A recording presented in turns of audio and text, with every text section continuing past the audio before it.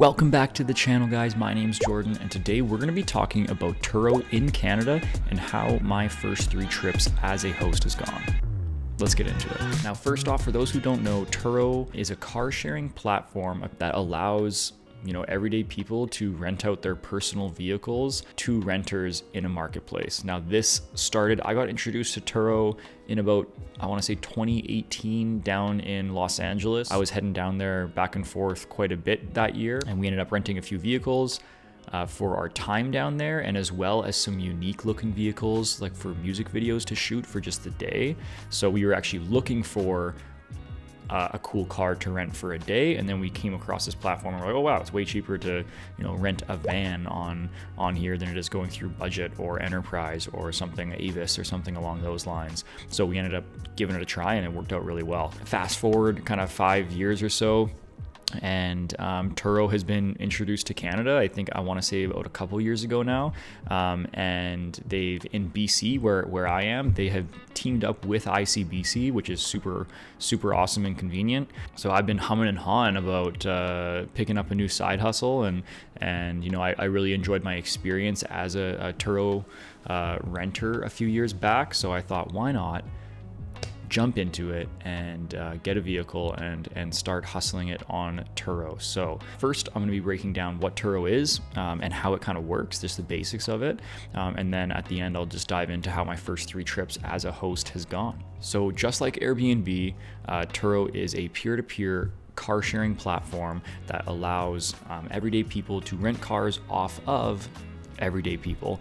You kind of cruise through the marketplace, you pick the date that you're looking to rent, and then all the cars that are available within that date are going to pop up, and from there you kind of get the luxury of finding a vehicle that you like. Maybe you splurge a little bit and get something a little bit nicer, or maybe you find a super affordable vehicle that rents out for $50-$60 a day and allows you to get around for your time away, or just even for your time in town if you don't have a car and you need one. I think that's what's been the biggest pull onto a service like Turo, is just the fact that when you go through the traditional car rental companies like Avis or Budget or Enterprise or whatever it is, you just pick a date, you pick the type of car, and by type of car it's typically just size, so compact vehicle, compact SUV, van, etc. And then when you get there, they just kind of give you what they have.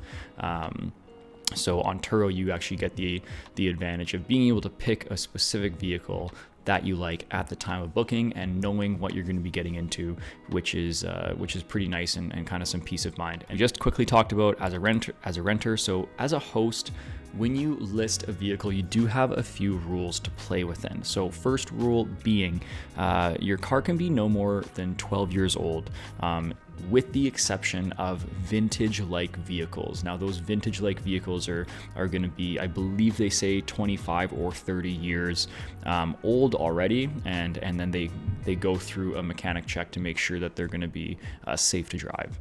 The other qualification is that it's going to have fewer than 200,000 kilometers. Now, I actually thought this was pretty high.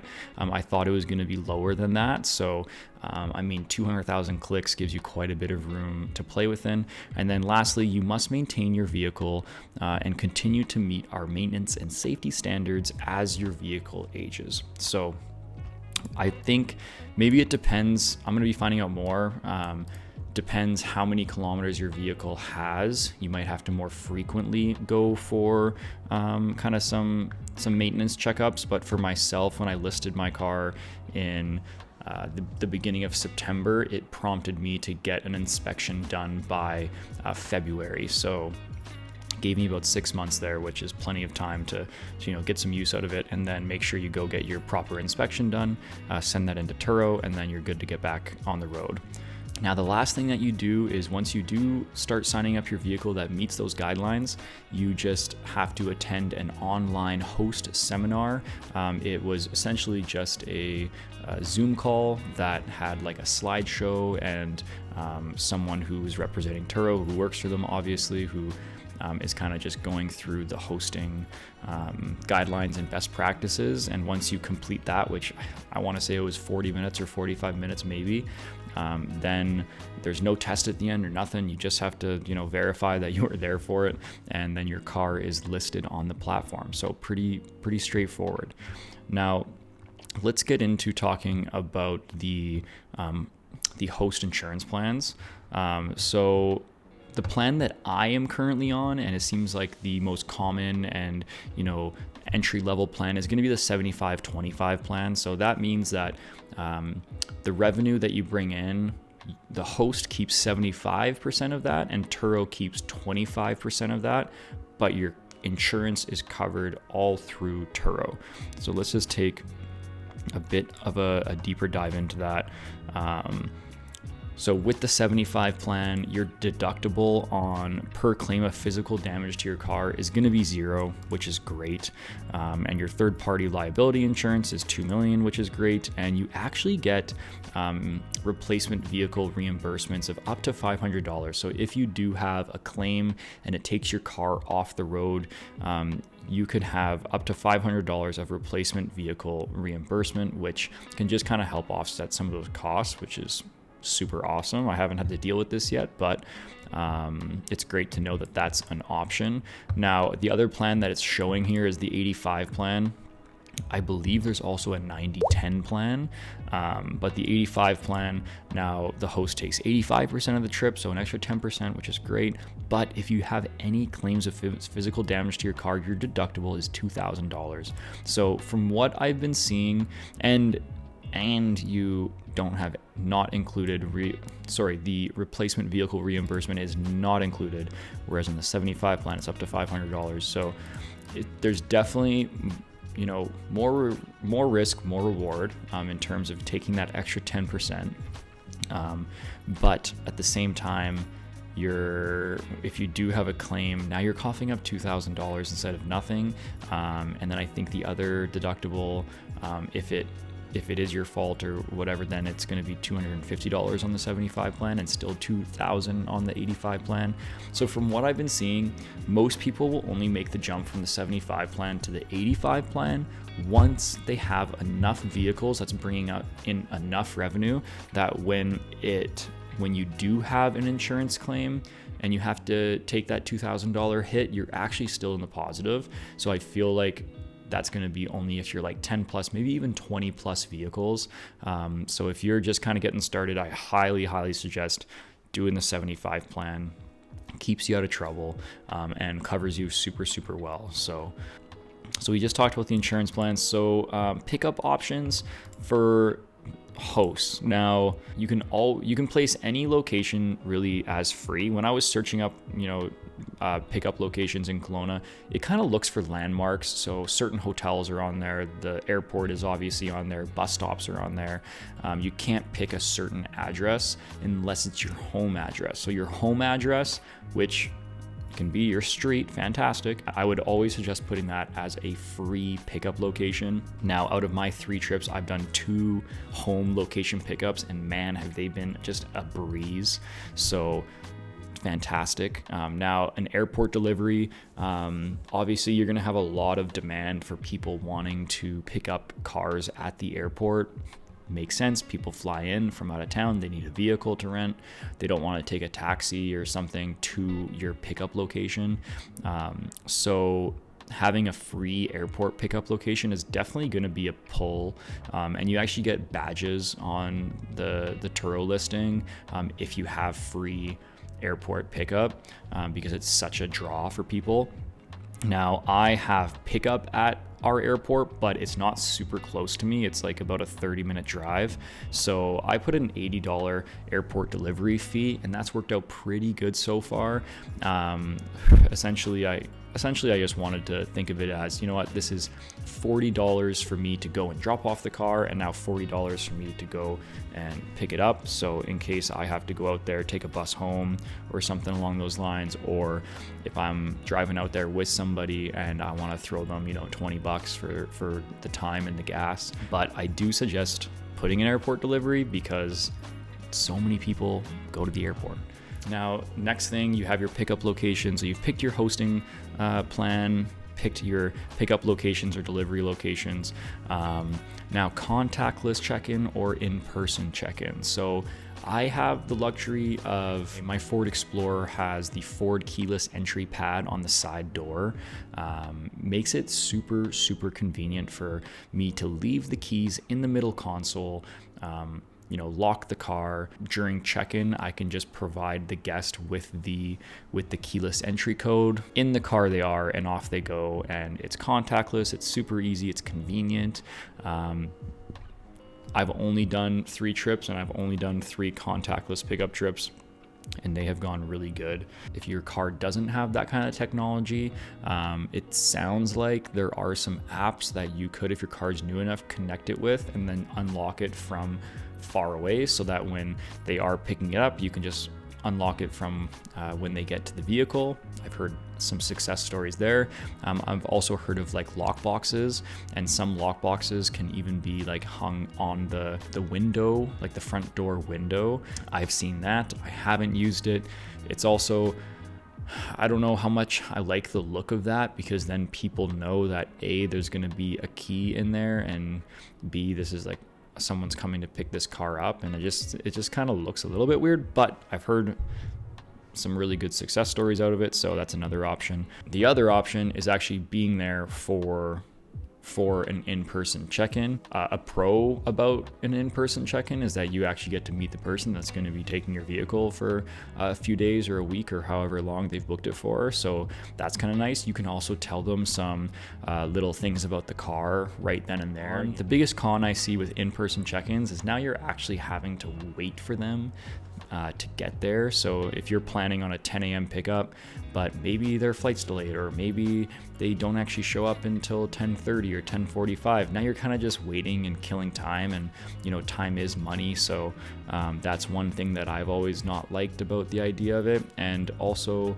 I think people do just like the convenience of contactless check-in. It makes it feel super relaxed, and they don't have to see anybody, and then in the car they go, and off they go. So yeah, there's definitely some pros to contactless check-in, and there's some pros to in-person check-in. I mean, whatever you have to do for your vehicle right off the hop, and maybe it evolves from there.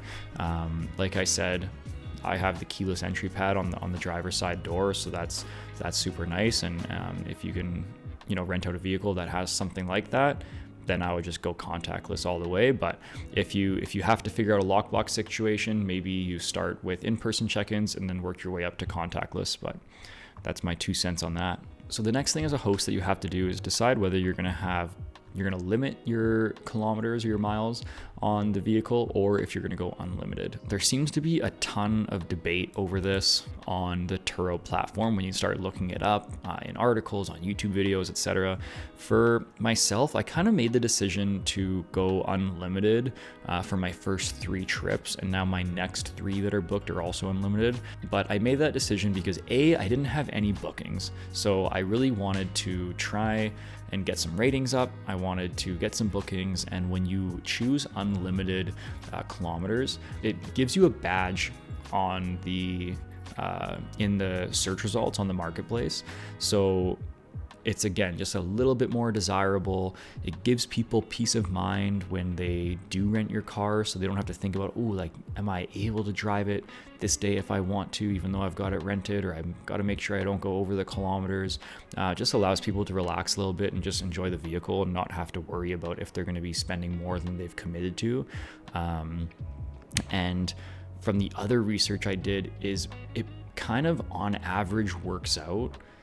So if you're offering over 10 trips, if you're offering unlimited miles, it should just work out, because some people are going to drive it less and some people are going to drive it more, and that's just the way that the car rental market kind of works. So on my 3 trips that I've done, the first lady rented it out for 5 days. She ended up driving it like 230 kilometers in 5 days. So I was like, cha-ching, let's go. Those are the kind of rentals we want. Definitely lucked out on that one.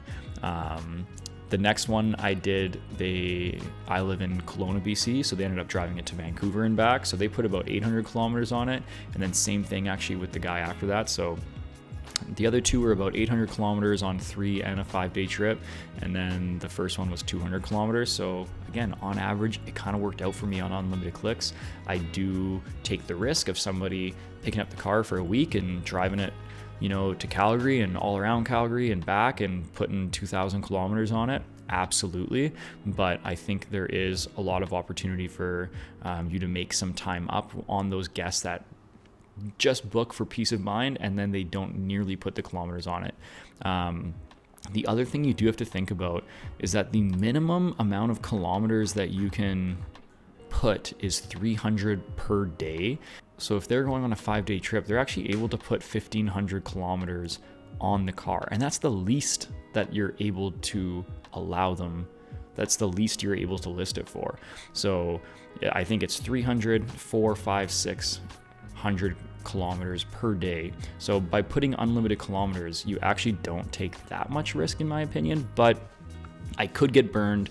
If I do, I'll probably make a YouTube video and let you guys know, but so far it's worked out pretty good for me. So there's a lot more to getting your car listed, but this video is not really about that. I just kind of wanted to explain what Turo is and how as a host mostly it works. So kind of like I've said a little bit, my first 3 trips have gone really well. I've done unlimited kilometers. I'm on the 75-25 plan. I've tried to price my vehicle competitive to the ones that are similar to it in size anyway. And I've gotten 3 5-star reviews. They've left me personal messages saying how much they enjoyed their trip and the vehicle. So I can't complain too much. I listed it in September. I actually blocked it off for about half the month because I was moving and I needed the vehicle to help my move. And of the 2-ish weeks that it was available for, it was listed for, it got booked out for 10 days and it made my payment plus some. So I was super happy with that first month.